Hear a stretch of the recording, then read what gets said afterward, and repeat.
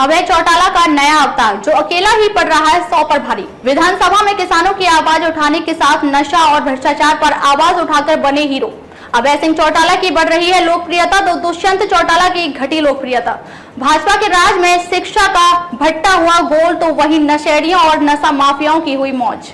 मैं अंजना द विश्व प्रेम न्यूज और हरियाणा न्यूज फ्लैश से। आइए एक नजर डालते हैं इस वक्त की खास खबर पर।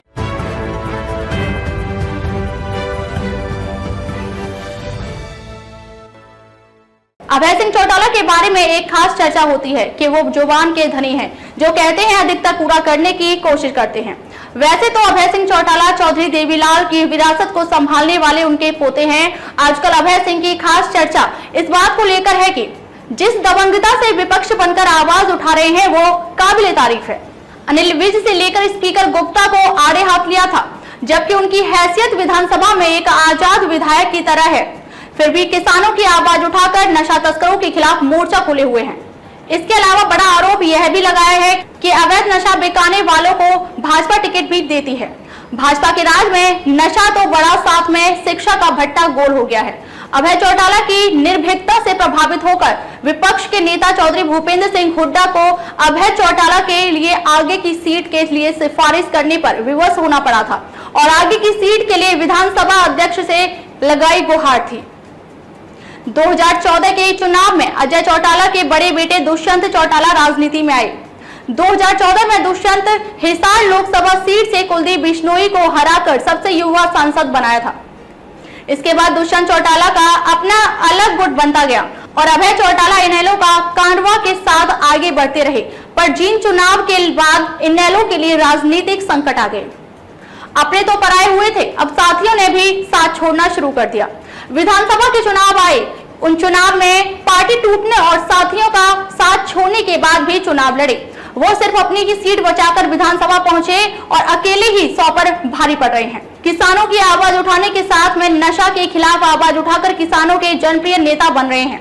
दुष्यंत सरकार में रहकर अपनी लोकप्रियता पहले के मुकाबले में कम कर रहे हैं, तो दूसरी तरफ अभय चौटाला अपना ग्राफ लोकप्रियता को बढ़ा रहे हैं।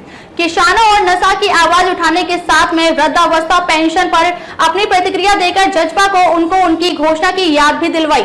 अभय सिंह चौटाला ने वृद्धावस्था सम्मान पेंशन में 250 रुपए की बढ़ोतरी को ऊंट के मुंह में जीरे के समान बताया है।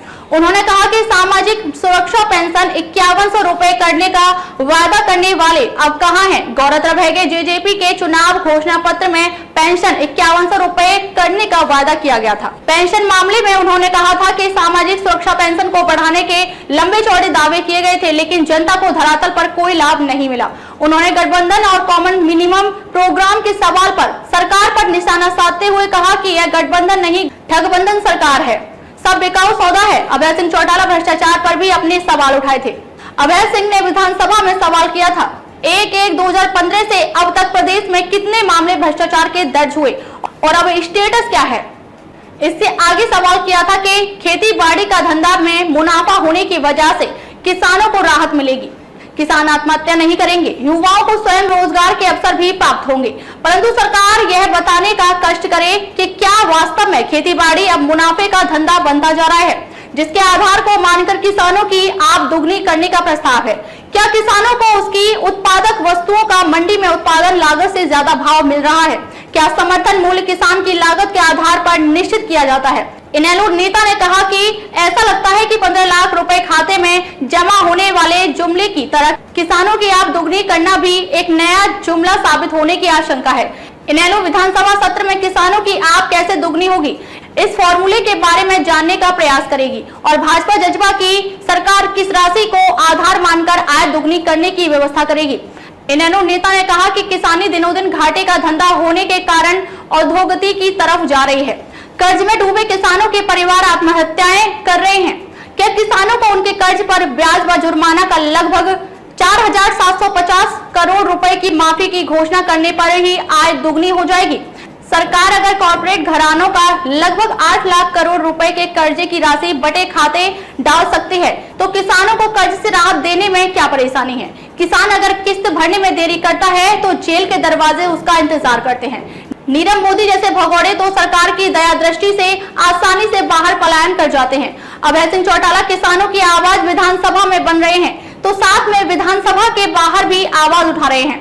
ऐसे में अभय चौटाला की दबंगता की बात अब हर राजनीति की गलियारों में हो रही है। अब देखना दिलचस्प रहेगा कि अभय चौटाला कब तक बैटिंग करते हैं, यह तो आने वाला समय बताएगा।